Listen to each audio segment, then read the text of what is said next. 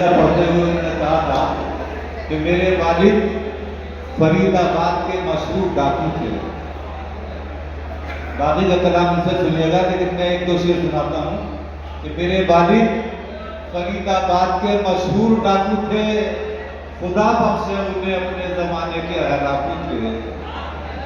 नहीं था चोर पूरे शहर में दादा के पाए का, नहीं था चोर पूरे शहर में दादा के पाए का, उठाकर कुत्ता बोले आए थे वाए सराय का। मेरे खालू के जाली नोट अमेरिका में चलते थे, मेरे मामू के साले चीन में जेबें कतरते थे। मोहल्ले भर की गंदी पान की आदत छुड़ाने में मेरी दादी बहुत मशहूर थी छाली चुराने में। आइए हजरात, मेरे चाचा बड़े मशहूर थे फन्ने जलालत में। मेरे चाचा बड़े मशहूर थे फन्ने जलालत में, मुकदमा आगे वो नंदू नाचे थे अदालत में। अब देखिए जनाब सज्जाद झंझट साहब आपको किस माहौल में लेके जाएंगे तो ये मुशायरा यादगार बन जाएगा। जनाब सज्जाद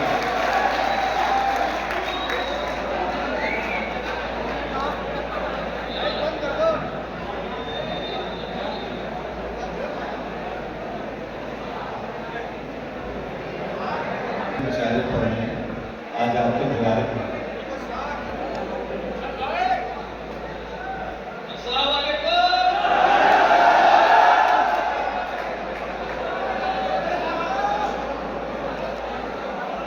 मैं सबसे पहले मुबारकबाद पेश करता हूँ आज के स्वतंत्रता दिवस 15 अगस्त की, खासतौर से मोहम्मद जैद साहब को कि उन्होंने मुशायरे के हवाले से इस त्यौहार को मना रहे हैं जो देशभक्ति का त्यौहार है।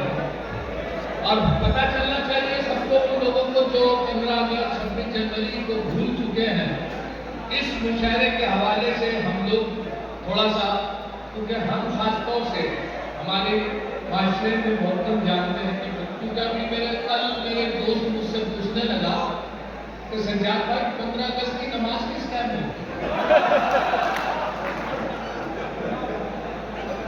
तो ये चीज जो है ये खत्म होनी चाहिए। लेकिन एक कर्म है, मेरे दिल में एक कर्म है, इस दौर के अंदर हम 15 अगस्त मना रहे हैं, उसके बावजूद कि हम ही गद्दार, हम ही मुस्लिम है,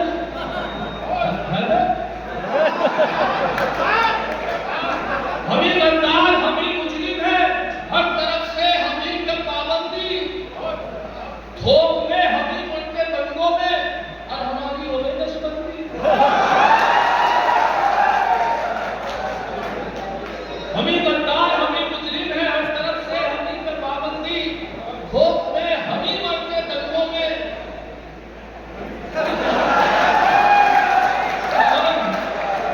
और हमारी हो गई नशबंदी। और ये दो मसले भी ताजा कहे हैं कि चारों तरफ बंदिशें और हौसले हैं बस, चारों तरफ बंदिशें और हौसले हैं बस, फिर भी मना रहे हम 15 अगस्त, फिर भी मना रहे हैं 15 अगस्त। और हर्षू मैं के प्याले बोलते हैं, हर्षू मैं के प्याले बोलते हैं, जिधर देखो घुटाले बोलते हैं, हर्षू मैं के प्याले बोलते हैं, जिधर देखो घुटाले बोलते हैं। और ये मुर्गा भी जिबा होकर रहेगा, ये मुर्गा भी जिबा होकर रहेगा, ये रिश्वत के दीवाने बोलते हैं, ये मुर्गा भी जिबा होकर रहेगा, ये रिश्वत के दीवाने बोलते हैं। और आजकल के दौर के हिसाब से 4 मिसरों मुरादा फरमाने के अब इशारों पे उनके नाचती है। एक बहुत पुरानी कहावत है कि लास्ट में पाई जाती थी कि चाचा के चांदी के चम्मच से चटनी चढ़ाई। अब मुरादा करें से मुहावरे का इस्तेमाल किया है कि अब इशारों पे उनके नाचती है, ये सियासत तो उनकी बांधी है। अब इशारों पे उनके नाचती है, ये सियासत तो उनकी बांधी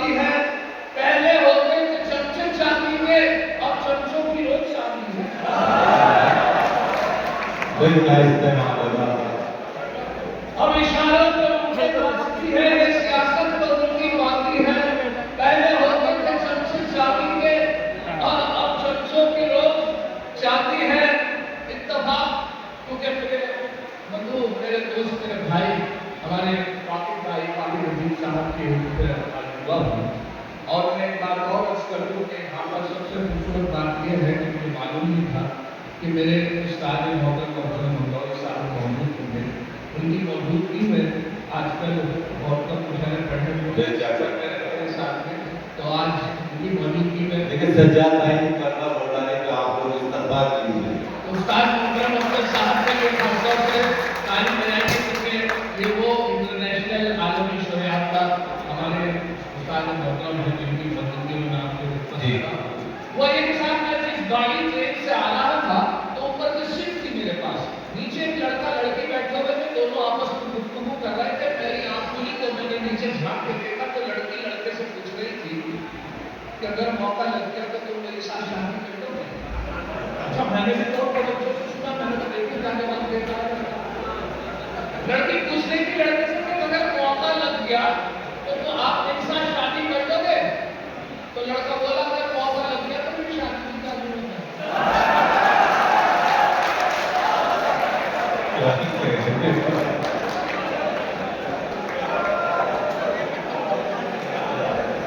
यकीन है मुझको वो मेरे होंगे, यकीन है मुझको वो मेरे होंगे, अभी मैं उनको पटाना।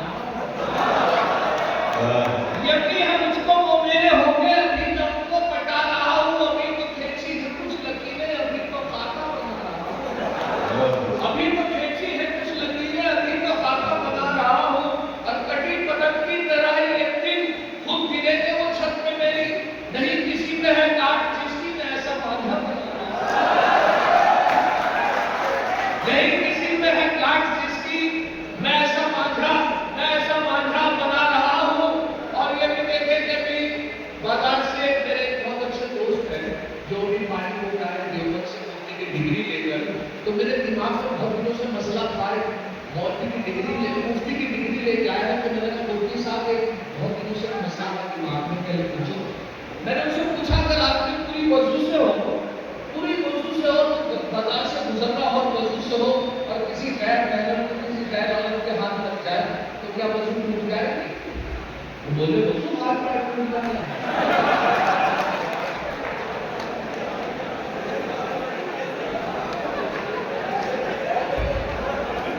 था लड़का एक लड़की छेड़ता था रोज पिटता था। था लड़का एक लड़की छेड़ता था रोज पिटता था। किया था बाप ने बशक्ल मजनू एक किस्सा कहता पिता लड़की से जब वो तो झंझट था किसे बोले, बड़ी मुश्किल से होता है जब उनमें भी दवा करना, बड़ी मुश्किल से होता है। और दिन भर तो गालियां सुनी उस भर कलाम से, पंगा अलग लिया हर खासो आम से।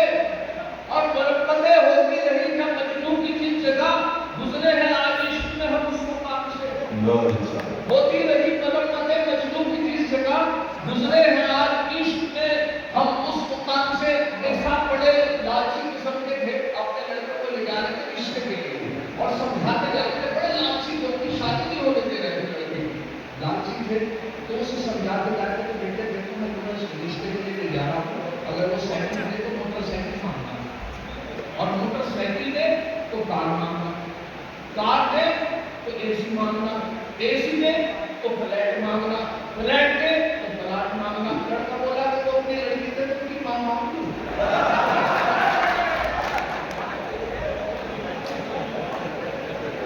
आशिकों को मस्ती गुफ्तार में नहलाएगा। रिश्ते के लिए मेरे चार मिसरे याद आता है कि एक साहब मुझसे कहने लगे कि झंझट साहब आप मुझे मेरी बेटी का रिश्ता बताइए, मैंने तो चप्पल भेज दी है।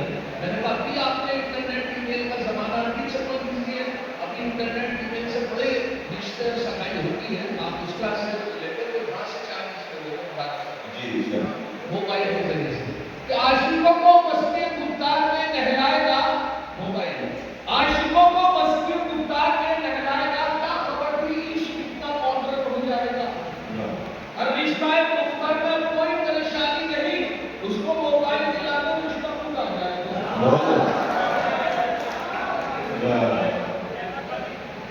आशिकों को मस्ती के मिजाज में नहलाएगा, क्या खबर थी इश्क कितना मॉडर्न हो जाएगा। रिश्ता मुख्तल में कोई परेशानी नहीं, उसको मोबाइल दिला दो, रिश्ता खुद आ जाएगा। और यहाँ के बेटे के साथ मेरे साथ जो मेरा कर्म है वो ये कि मेरी बीवी के साथ जो मेरे जो आज का लॉकडाउन का लगा उसमें जो मेरे साथ रहना हुआ था, तो यहाँ से 4 किसी को ज्यादा करिए। बहुत पुराना शेर है मुजफ्फर नकवी साहब का कि ये जब मैंने देखा है तारीख की नजरों ने लम्हों ने कथा की थी, सदियों ने सजा पाई। लम्हों ने कथा की थी, सदियों ने सजा पाई। इसमें 3 किसी ने लगाए हैं। देखिए क्या बनता है। एक बार उसे मैंने बस आप यूं ही मानी थी, एक बार उसे मैंने बस आप यूं ही मानी थी, वो बन के मेरी मेकअप कर साथ चली गई। अब हाल मेरा ये है 10 बच्चों का अब्बा हूँ। लम्हों ने कथा की थी, सदियों ने सजा पाई। लम्हों ने कथा की थी, सदियों ने सजा पाई। और ये भी कहती तो जब आपका जिक्र हुआ तो आपके हवाले से तो मेरी आपकी मानने की उसकी आप देखें कि शादी ब्याह का खेल मुकद्दर का है झंझट। ये किसकी बददुआ थी मेरे आंगन में आ पड़ी। शादी ब्याह का खेल मुकद्दर का है झंझट, ये किसकी बददुआ थी मेरे आंगन में आ पड़ी। उसने जो मारी आग तो ये हादसा हुआ, पत्थर की आग थी मेरे दामन में। पत्थर की आग थी मेरे दामन में आ पड़ी। और एक मशवरा दे रहा हूँ आपको इस वक्त जाते जाते, वो मशवरा ये है कि शादी के मसले में झंझट की राय है।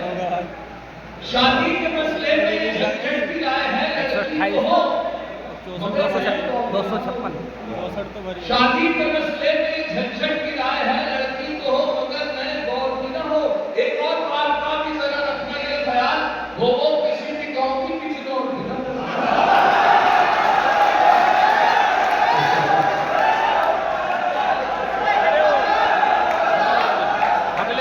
अगला अगला अगले वाली हाँ ये जाने के लिए जाके देख लेते हैं जाने।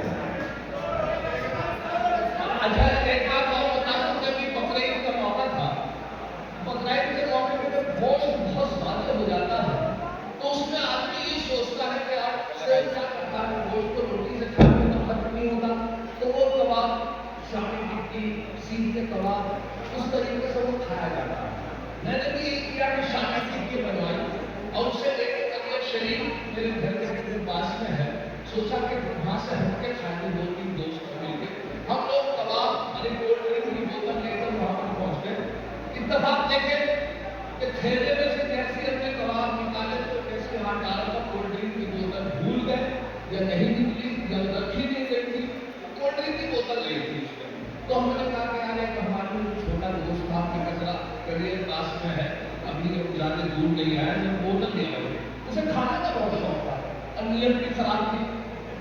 कहने तुम खा लो, मैंने कोई नहीं खाया जब तक तुम कोल्ड ड्रिंक की बोतल में लाने का कोई हाथ भी नहीं लगाने का कबाब हर साल करते थे।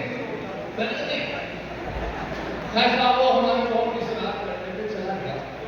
अब बिल्कुल 10 मिनट का काम था, आधा घंटा हो गया उसे कोल्ड ड्रिंक नहीं लाया, 40 मिनट हो गए और घंटा हो गया।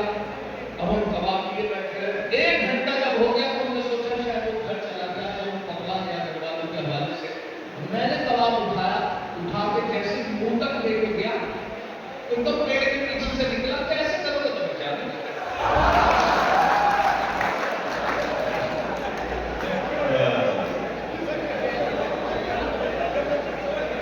अब मुलायदा अच्छा हो, एक और छोटी सी बात सुनने मुलायदा फरमाए, वो ये के साथ हमारे जमात आई और उस जमात में मेरी जमात से गलती ये हुई कि उन्होंने बहुत छोटे बच्चों को ये कह दिया कि आपको नमाज मुकम्मल होने के बाद खड़े होके ये कहना है कि सभी हज़रात तशरीफ रखें, इंशाअल्लाह नमाज के बाद 3 इमाम की बात होगी। सबको देखिए, अब अमीर जमात का हुक्म था, लड़का बहुत छोटा था, उसकी समझ में नहीं आया कि मैं किस तरीके से मेरे सारे लोगों को घुमा के उसके पैर में कपाने लगा। उसने कोशिश करके एक बार फिर अमीर जमात से पूछा कि हज़रत एक बार और बता दीजिए। अब तो उन्होंने डांट के कहा, बेटे मैं कह रहा हूँ कि सभी हज़रात तशरीफ रखें, इंशाअल्लाह नमाज के बाद 3 इमाम की बात होगी, समझे। और वो तीबारा की हिम्मत नहीं हुई,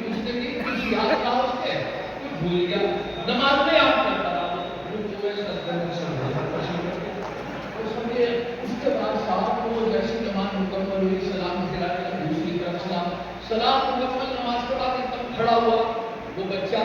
अब्दुल्ला के सभी हजरात तशरीफ रखे। इंशाअल्लाह नमाज के बाद इमाम साहब के बारे में बात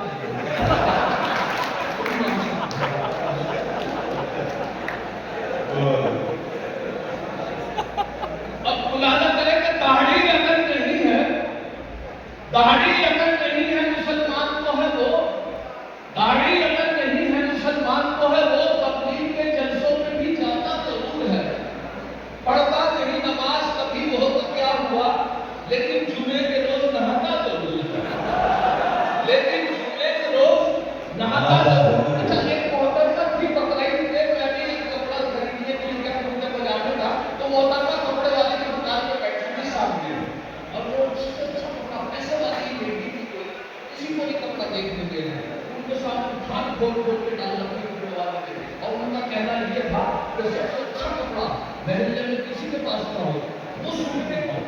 उनमें जैपनीज सूट, पाकिस्तानी सूट और पता नहीं कहाँ कहाँ पर वाला सूट, तो सूट दिखाए ये कहते थे इससे भी अच्छा नहीं था। वो बोला दुकानदार के मोहतरमा आपको कैसा सूट चाहिए, कहने लगे कि मुझे ऐसा सूट चाहिए कि पूरे महल्ले के लोग मेरे पीछे पीछे हैं। कहने फिर तो खबर नहीं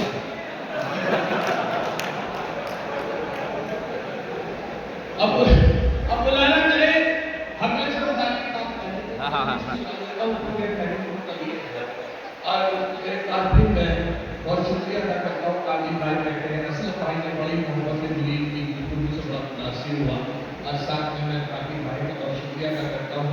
अफजलगढ़ तकरीबन 12 साल पहले मेरा अनुभव था, उसके बाद आज आपकी हकले से मुतालिक एक नजर सुधारा हूँ। अच्छा, हकला जो होता है, पहले छोटी सी बात सुनिए, फिर मजा आएगा आपको। हकला बड़ा सीधे किस्म का आदमी होता है, सीधा ये होता है, हकला को कोई बात अपनी कह नहीं पाता, दूसरा आदमी का दस्तूर बोला चले जाता है उसके सामने, वो खामोश खड़ा हो जाता है। ऐसे ही हुआ, मैंने चौक पे अच्छा ये तो आइडिया मिला हकले का, मेरे दोस्त है वसीम भाई, उनसे मुझे आइडिया मिला, वो हकला को बोलते हैं वसीम साहब। तो मैंने देखा चौकले पे झगड़ा हो गया और भीड़ लगी हुई है। मैं पहुंचा तो देखा वसीम साहब का झगड़ा हुआ, मेरे दोस्त थे, और वो एकदम खामोश खड़े हुए, दूसरी तरफ से वो आदमी तो स्कूल गाली दिए चले जा रहा है। अब मैंने सोचा मेरे दोस्त ने मेरे साथ बैठा, वसीम भाई आपकी गाली है, वो खामोश, मैंने बोला गाली में मैं खड़ा होता, गाली क्या बात है, वैसा उन्होंने गाली नहीं दी, एक तरफ को चल दिए, मैं उनके साथ साथ खामोशी से जा रहा है, तो गाली पीछे धीरे चला जा रहा है। आगे चौराहे पे चौक पे जाके बोले उल्लू का पत्ता, मैंने कहा झगड़ा कहाँ हुआ, गाली वहां गए हो, और जब मैं आपके साथ था तो घबराने की क्या बात थी, कहने ये बात नहीं है, फिर करनी शुरू तो वही करी थी कि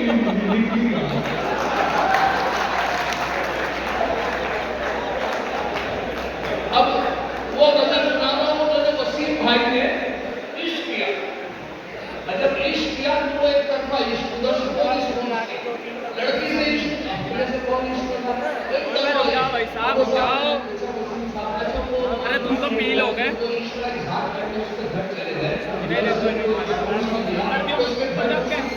ऊपर भेज रहा है, जाओ जाओ जाओ, वालिद साहब ने माफ छोड़ दिया, और उसके बाद वो चाय पीने लगा, चाय वाला गिरा गया, कर दिया वो भाग नहीं।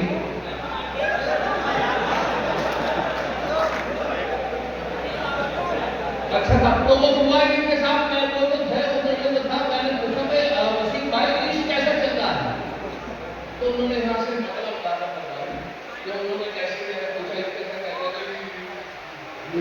सारे आज सोते में लिखा गया,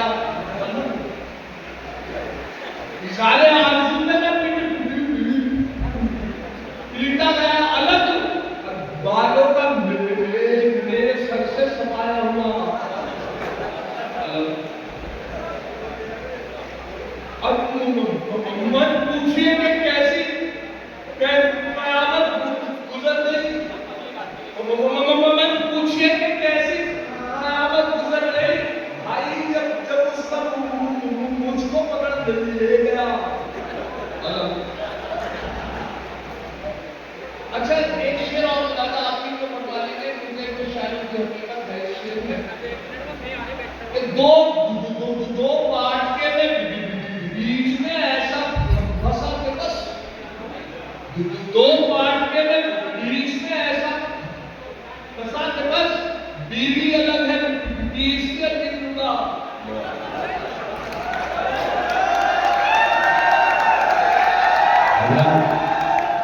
जनाबी सज्जाद झंझट ये थे